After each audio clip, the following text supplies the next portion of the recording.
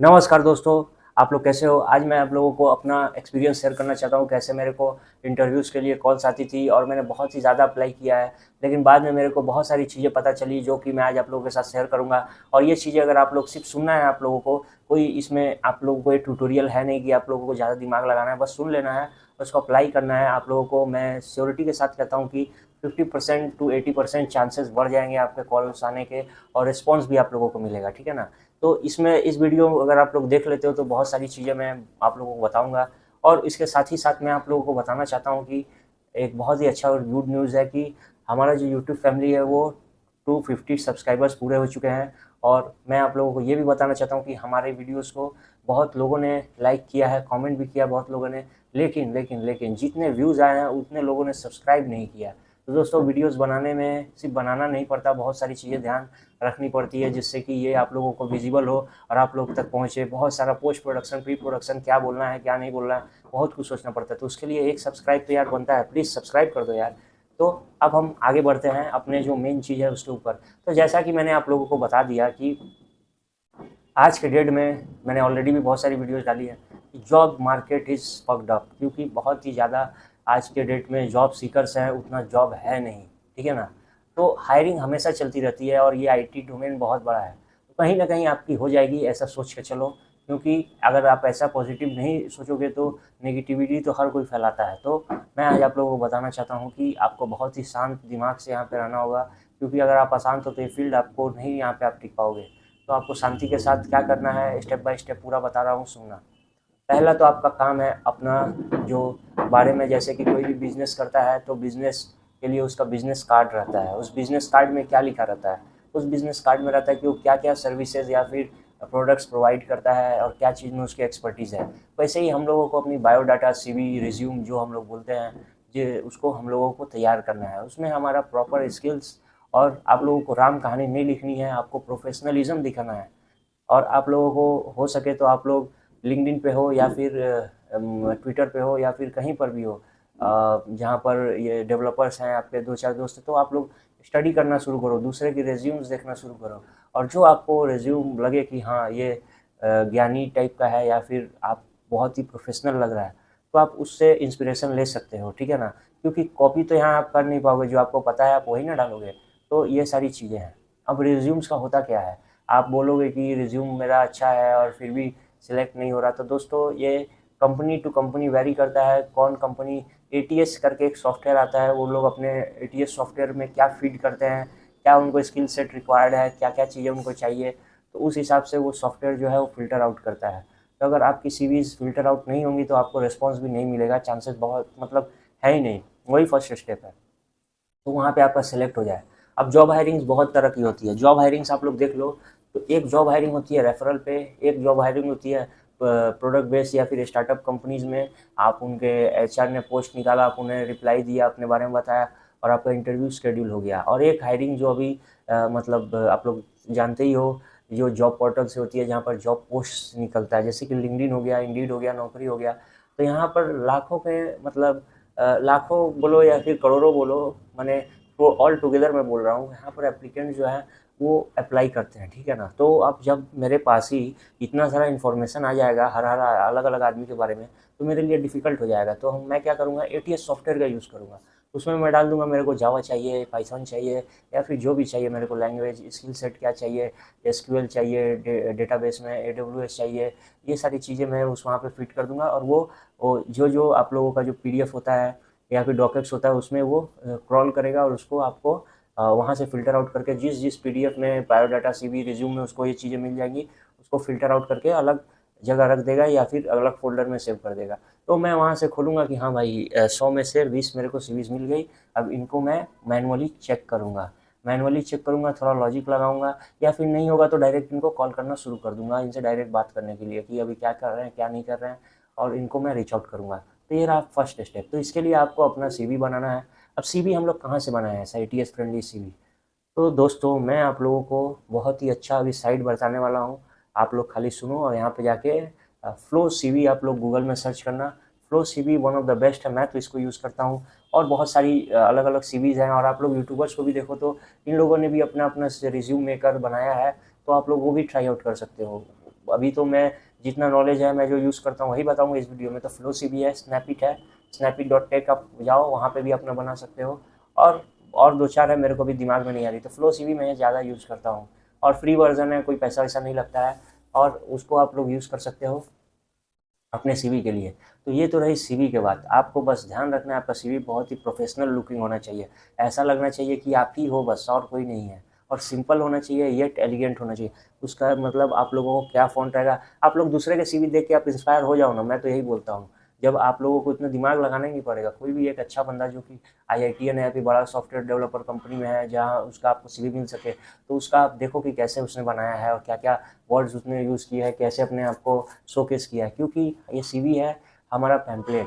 अब हम लोगों को खुद को सेल करना होगा हायरिंग मैनेजर या फिर एचआर्स को। तो उन लोगों को कैसे हम लोग फर्स्ट मतलब जो ये होता है फर्स्ट साइट में कैसे हम लोगों को अट्रैक्ट करना है कि हाँ, हम ही हैं जो आप जिसको खोज रहे हैं। तो आपको ऐसा करना है। अब आता है बात, आप लोग देखो कि जॉब पोर्टल्स कैसे हैं और कहाँ-कहाँ हम लोगों को अप्लाई करना है। तो जॉब पोर्टल्स बहुत सारे हैं, लिंक्डइन है, नौकरी है, इंडीड है। तो ये सारे बहुत पुराने, इनका आप नाम भी सुने होंगे। अभी जो लेटेस्ट में है अपना है, हाईरिस्ट है, हाईरेक्ट है, क्यूवेट है, कटशॉट है, आप लोग देखो एक और है नेक्स्ट लेवल करके। ये सारे जो चीज़ें हैं ये बहुत ही मतलब यहाँ पे भी आपका प्रोफाइल बनाना होगा, क्योंकि बहुत ही ज़्यादा मतलब प्रोडक्ट बेस हो या फिर स्टार्टअप हो, कहाँ से कब क्या कंपनीज़ कहाँ हर जगह लुकआउट करती है। तो हो सकता है कि आपका लिंक्डइन से नहीं सिलेक्ट हुआ, लेकिन वहीं पे आप लोगों को यहाँ से आपका जो रिज्यूम है वो शॉर्टलिस्ट हो गया हाईरिस्ट या फिर हाईरेट से या फिर कट शॉट से, ठीक है ना। वहाँ पर डायरेक्ट आप लोग बात कर सकते हो और एचआर को आप लोग रीच आउट कर सकते हो। तो ये रही कुछ साइट्स जिसके बारे में आपको भी पता होगा या फिर नहीं पता होगा, तो सारी जगह प्रोफाइल बना लो। अब मैं बात करता हूँ कि अपना जो टैलेंट है, अपना स्किल है, उसको आपको शोकेस करना चाहिए। और शोकेस करने के लिए लिंक्डइन है, एक्स जो कि पहले ट्विटर होता करता था, उस वहाँ पे आप लोग आपका अकाउंट होना बहुत ज़रूरी है आज के डेट में। और फिर इंस्टाग्राम का थ्रेड्स भी आ गया, वहाँ पे भी मैं देख रहा हूँ कि बहुत लोग अपना-अपना ज्ञान दे रहे हैं कि मैं ये करता हूँ, वो करता हूँ। तो हो सकता है कि अभी हम लोग भीड़ में हैं, तो हम लोग को नहीं लगता ये यूज़फुल है कि नहीं है। लेकिन वहीं पे कोई बंदा अपने कंपनी के लिए या फिर कोई एचआर हो या फिर हायरिंग मैनेजर हो, लुक आउट कर रहा हो और देखता हो कि ये बंदा अच्छा-अच्छा पोस्ट करता है, इसको बहुत नॉलेज लगता है इस फ़ील्ड में या फिर इस लैंग्वेज का या फिर इसमें इसका बहुत ने इसने प्रोजेक्ट बनाया है, बहुत ही अच्छा डेवलपर है। तो एक बार उससे बात करना, उसको वो बात करता है, रीच आउट करता ही करता है। ऐसा मैंने सुना है, मेरे साथ तो ये नहीं हुआ लेकिन ऐसा मैंने देखा है कि बहुत लोग बोलते हैं कि अपना जो चीज़ें आप लोग कर रहे हो शेयर करो और बहुत लोगों तक रीच आउट करो। तो ये एक तो चीज़ है, कम्युनिटी को आप लोग ये करो और थोड़ा-सा हेल्पफुल वीडियोज़ भी हो सके, कुछ एक्सप्लेन करने वाला आप पोस्ट डाल सको कि वीडियोज़ नहीं, पोस्ट में बोल रहा हूँ कि ऐसे करने से ऐसे होता है और इसका क्या हो आंसर होगा, ऐसे टाइप के क्विज़ेज़ आप थोड़ा-थोड़ा डालो, जिससे लोग इंटरेक्ट कर पाएँ। तो ये सारी चीज़ें आप कर सकते हो अपना पॉपुलैरिटी बढ़ाने के लिए। अब आता है बात इंटरव्यूज़ का, जो टिप्स है वो मैं बताना चाहता हूँ। कभी भी आपको अगर इंटरव्यू के लिए कॉल आए तो आप लोग जो भी आपका नॉर्मल वॉइस है, उसका पिच है, उसको आप लोगों को न्यूट्रल कर लेना है या फिर कम कर लेना है। एकदम धीरे से, पोलाइटली, एकदम धीरे से या हेलो, हाय ऐसे करना है। और आप लोगों को जितना ज़्यादा हो सके टाइम ले लेके बोलो। आपको नर्वसनेस बिल्कुल भी नहीं दिखाना है। नर्वसनेस दिखाओगे, क्योंकि ये जो फ़ील्ड है ना, यहाँ पर स्किल आपका 30% भी है या फिर 20% भी है तो चलेगा, लेकिन आप कैसे शोकेस करते हो, आपकी पर्सनैलिटी कैसी है, आप लोग कैसे मार्केटिंग कर रहे हो अपने बारे में, क्या-क्या आप चीज़ें बोल पा रहे हो कि नहीं बोल पा रहे हो, कम्युनिकेशन स्किल कैसी है आपकी, ये सारी चीज़ें ज़्यादा मैटर करती हैं यहाँ पे। तो इसमें आप लोगों को थोड़ा-सा अपना इंग्लिश सही करो, अपना बारे में जो भी प्रोजेक्ट्स है उसको थोड़ा-सा रिवीजन दो। इंटरव्यूज़ के जो क्वेश्चन है, अब मैं बात करूँगा इंटरव्यू के क्वेश्चंस के ऊपर। तो इंटरव्यू के क्वेश्चन जो भी आप आज के डेट में, पहले लोगों को नहीं पता होता था, लेकिन आज के डेट में आप गूगल पे जाओ या फिर चैट जीपीटी से अपने आप को इंटरव्यू रेडी करा सकते हो। आपको बस मानना है टॉप 100 क्वेश्चंस, इंटरव्यू क्वेश्चंस, हाँ, ऐसे-ऐसे करके आपको बहुत सारे इंटरव्यू में क्या पूछे जाते हैं, क्या नहीं। मैं आप लोगों को बताना चाहता हूँ कि आप लोग जब काम करोगे ना, आपको ये कुछ भी आपसे मतलब एक मैं काम नहीं आने वाला, कभी काम नहीं आने वाला। ये जो इंटरव्यूज़ में पूछे जाते हैं, कभी भी काम नहीं आने वाला। लेकिन प्रैक्टिकली आपको अगर देखो तो आपको पता है वो सारी चीज़ें, लेकिन इंटरव्यू में आपको थोड़ा-सा अपने आप को बताने के लिए या फिर उसके लिए आपको ये सब क्वेश्चन्स एंड आंसर देखना पड़ेगा, ठीक है ना? आप अगर जब फील्ड में जाओगे, काम करोगे, तो आपको पता चलेगा कि ये आपको समझ में आ रही हैं, आप कर भी पा रहे हो, लेकिन इंटरव्यूज़ में बोलना, एग्ज़ाम्पल देना बहुत ही ज़्यादा कम समय रहता है, इसलिए आपको एक बार गो थ्रू करना बहुत ज़रूरी रहता है। ये मैं बातें बता रहा हूँ आपको, ठीक है ना? अब मैं आप लोगों को बताना चाहता हूँ, ये हो गया इंटरव्यू राउंड का। कहानी, ठीक है ना। अपने आप को जितना हो सके आप लोग यहाँ पर दिखाओ और पोलाइट दिखाओ और एकदम थोड़ा सा ये दिखाओ कि हाँ मैंने बहुत सारा एक्सपीरियंस है, आपको अपॉर्चुनिटीज़ नहीं मिल रही तो आपको ऑब्वियसली आपको अपॉर्चुनिटीज़ देंगे। अब उसके बाद आता है जो लास्ट राउंड रहता है, क्योंकि बहुत कंपनी में आपने देखा होगा कि बहुत सारा तरह का राउंड होता है और बहुत ही लंबा चलता है और कहीं-कहीं आपको एक बार में ही आपको अपॉर्चुनिटी दे देंगे, ठीक है ना। तो वहाँ पर क्या होता है कि जो बड़ा-बड़ा है उनको आपको तो खुद ही पता चलेगा कि ये राउंड है, वो राउंड है, फिर लास्ट में L3 राउंड है, फिर उसके बाद ये राउंड है, L1 राउंड जो भी है। तो अभी आपको क्या करना है, डीएसए राउंड के बारे में बताऊँगा, क्या कि मेनली टेक्निकल राउंड होता है और डीएसए राउंड होता है। तो टेक्निकल राउंड में ही डीएसए राउंड हो जाता है या फिर टेक्निकल राउंड के बाद डीएसए राउंड होता है या पहले होता है, जैसे भी हो। लेकिन टेक्निकल राउंड में आपको थोड़ा-सा कंसोल लॉग करा के, जैसे कि जावास्क्रिप्ट का मैं बात कर रहा हूँ, तो वहाँ पर ये सारी चीज़ें पूछेंगे आपसे, थोड़ा-सा ट्रू फॉल्स रिलेटेड, इसका आउटपुट क्या होगा, ये होगा, वो होगा। और 2-4 हो सकता है कि क्लोज़र का एग्ज़ाम्पल ले लें या फिर थोड़ा-सा उप्स के बारे में पूछ लें और उप्स का वो आपको इम्प्लीमेंट करने को बोले कि एक ठो ऐसे करो, वैसे करो। तो ये हो गया टेक्निकल राउंड। अब बहुत सारे लोग इसी में डीएसए भी डाल लेते हैं, लेकिन डीएसए बहुत जगह अलग से भी पूछा जाता है। यहाँ आपको 2 या 3 डीएसए बनाने पड़ते हैं, ठीक है ना। और बहुत जगह सिंपल डीएसए पूछा जाता है। अब डीएसए में आपको क्या करना है, आपको देख के अपना, अगर कितना भी हार्ड आ गया, ईज़ी आ गया फिर भी और हार्ड आ गया फिर भी, आप लोगों को तुरंत कभी भी ऐसा गलती मत करना, तुरंत आपको डीएसए नहीं करना है, ठीक है ना। ये खासकर मैं बात कर रहा हूँ जो कि सीरियस कंपनीज़ है। अब आपको तो नहीं पता कौन सीरियस है, कौन नहीं है, लेकिन यहाँ पे सीरियस कंपनीज़ है, जो हायरिंग मैनेजर सीरियस है और टैलेंट का तलाश में है, तो उन लोगों का लगता है कि हाँ, ये बंदा बहुत ही मतलब रटा हुआ है या फिर ये है। आपको थोड़ा टाइम लेना है और उसके सामने दिखाना है कि आप सोच रहे हो, विचार कर रहे हो और अचानक से आपके दिमाग में कुछ आया, फिर let me try this in this way, ऐसे करके आप लोग कोडिंग के ऊपर ध्यान मत दो। आप लोग थ्योरी बनाओ कि रियल लाइफ में अगर आपके साथ ऐसा होगा तो आप कैसे करोगे, ठीक है ना। ये सारी चीज़ें आपको ये करना है, ठीक है। और उसके साथ आप लोग ज़्यादा बातचीत करने की कोशिश करो। मैंने ये देखा है कि डीएसए राउंड में मेरे साथ खुद भी हुआ है कि आप, मेरे को डीएसए भाई आया ही नहीं बनाने, लेकिन मेरे सिलेक्शन हो गया। क्यों? क्योंकि मेरे को डीएसए में मैंने इतना अच्छा मेरा हम लोग का इंटरव्यू गया था कि हम लोग डीएसए में बात ही करते रह गए और वो पूरा सॉल्व हुआ भी नहीं, क्योंकि 15 मिनट्स टू 20 मिनट्स हमने खाली उसके बारे में डिस्कस किया और अलग-अलग रास्ते देखे। तो वो लास्ट में बोला कि it's okay, you don't need to finish this, ऐसे करके हम लोग आगे बढ़ गए। इट्स ओके करके हम लोग ठीक है, कोई बात नहीं। तो वो वहाँ पे मेरा सिलेक्शन हो गया था। तो आपको भी यही कोशिश करना है कि डीएसए राउंड में आप लोगों को फटाफट, आप लोगों को काम नहीं करना है, आप लोगों को थोड़ा टाइम लेना है, डिस्कस करना है। उससे आपको, उसको भी लगेगा कि आप सीरियस हो और आप दिमाग अपना लगा रहे हो। नहीं तो बहुत लोग फटफट लगने करने लग जाते हैं, वहीं पर उनके साथ गलतियाँ हो जाती है और वो नहीं कर पाते या फिर डीएसए राउंड में फेल हो जाते हैं। तो यही चीज़ है। और हो सके, अगर आप डीएसए में रियली कमज़ोर हो, बहुत हार्ड आ गया है और आपका एकदम दिमाग नहीं काम कर रहा, तो हो सकता है अगर आपको चीट करने का मन करे तो आप चीट भी कर सकते हो, लेकिन वो रास्ता आपको खुद खोजना पड़ेगा। क्योंकि आज के डेट में डीएसए मेरे को भी पसंद नहीं है और 10 दिन बाद मेरे से सच पूछो तो मैं भी डीएसए भूल जाता हूँ और फिर से मेरे को शुरुआत से करना पड़ता है। तो अगर आप लोग डीएसए में चीट कर सकते हो तो कोई रास्ता हो तो मेरे को भी बताओ, लेकिन अगर कर पाओ, पकड़ाओ नहीं तो ऐसा मैं भी जानने का, मेरे को भी मतलब अच्छा लगेगा सुन के, मैं भी अप्लाई करूँगा। लेकिन कोशिश करो कि डीएसए निकाल लेने का, और अगर नहीं निकले तो चीट करने का भी रास्ता देखो, अगर कुछ पक्का हो सके तो। क्योंकि आज के डेट में जो कंपनीज़ है ना, वो बहुत ही ज़्यादा मतलब ये कर रही हैं, नाटक कर रही हैं डीएसए का।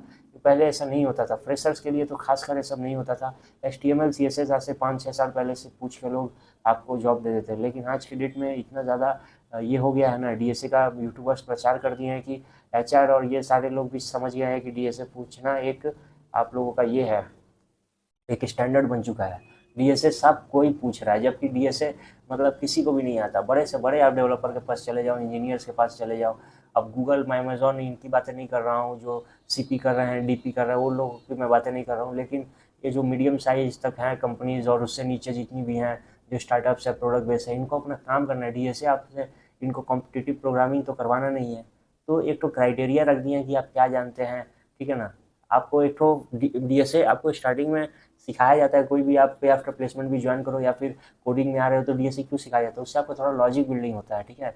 लेकिन अगर आप जब डेवलपमेंट में चले जाते हो तो आपको पता चलता है कि डीएसए बहुत ही दिमाग का दर्द है। आप कोई आपको प्रॉब्लम दिया जाए, आप उसका सॉल्यूशन बहुत ही अच्छा से अपना तरीका में आप लोग निकाल सकते हो। लेकिन डीएसए क्या है, डीएसए में आपको बहुत सारी चीज़ें देखना पड़ेगा, टेस्ट केसेस देखना पड़ेगा विद इन गिवन टाइम, ठीक है ना। 10 मिनट 15 मिनट, तो ये बहुत ही इम्पॉसिबल रहता है। मैं रिक्वेस्ट करता हूँ कि अगर आपकी भी कोई कंपनी, आप लोग भी हायरिंग करते हो, तो थोड़ा सा ये जो DSS है, इसका जो बैरियर है, इसको थोड़ा सा लोअर करें आप लोग, और स्ट्रिंग एरेज और अपना स्टैक्स तक आप लोग पूछें, स्टैक्स ही ना पूछें, स्ट्रिंग एरेज तक पूछें आप लोग। हाँ, क्योंकि इसके बाद अगर आप लोग जा रहे हैं तो आप लोगों को तो भाई कोई बहुत ही बड़ा एकदम जो ये रहे, बहुत ही दिमाग वाला, आप लोग IITian ही खोज रहे हो जो CP कर रहा हो अपने पूरे सेमेस्टर में। तो कैसा लगा ये वीडियो? आप लोग, होप करता हूँ कि आप लोगों को अच्छा लगा होगा, और ये जो बातें हैं आप लोगों को समझनी होगी और अपने आप को इसके ऊपर बैठाना होगा, और अपने आप को देखना होगा कि आप अगर ये चीज़ें फॉलो कर लेते हो तो आपको जॉब जल्दी से जल्दी मिलने के चांसेस हो जाएंगे, और दिमाग को शांत रखना होगा और ये चीज़ों पर अपने आप को टिकाने की कोशिश करो, क्योंकि ये आजकल मार्केट का ट्रेंड हो चुका है। आपको ट्रेंड के वो, आपका स्किल्स का कोई वैल्यू नहीं है जब तक आप लोग उसको शोकेस ना करो। ये मैं बार बार बोल रहा हूँ, अपना जितना भी हो सके शेयरिंग करो, इधर उधर जाओ, इनबॉक्स में बातें करो, ठीक है ना, और इंटरेस्ट दिखाओ, भले आपको इंटरेस्ट नहीं हो फिर भी, क्योंकि ये बहुत ही इंपॉर्टेंट है आज के डेट में। क्योंकि कोई भी कंपनी किसी फ्रेशर्स को या फिर 1-2 साल के एक्सपीरियंस वाले को भी, और इवन 15-15 साल के एक्सपीरियंस बंदों को भी, मतलब सबसे यही यही मतलब ये है, वे है 15-15 साल के भी एक्सपीरियंस बंदों को DSA पूछा जाता है। मैं सुन के बहुत ही हैरान रहता हूँ और बहुत ही परेशान भी रहता हूँ, क्योंकि आप जब भी जॉब स्विच करने वाले रहोगे तो आप समझ लो कि आपको DSA के लिए फिर से प्रिपरेशन करना पड़ेगा, ठीक है ना। तो आज के लिए बस इतना ही। कैसा लगा मेरा ज्ञान प्लीज़ कमेंट करना। आज मैं थोड़ा सा थका हुआ हूँ, इसलिए थोड़ा सा वीडियो में एनर्जी आप लोगों को नहीं दिखाई दे रही होगी। मिलते हैं नेक्स्ट वीडियो में।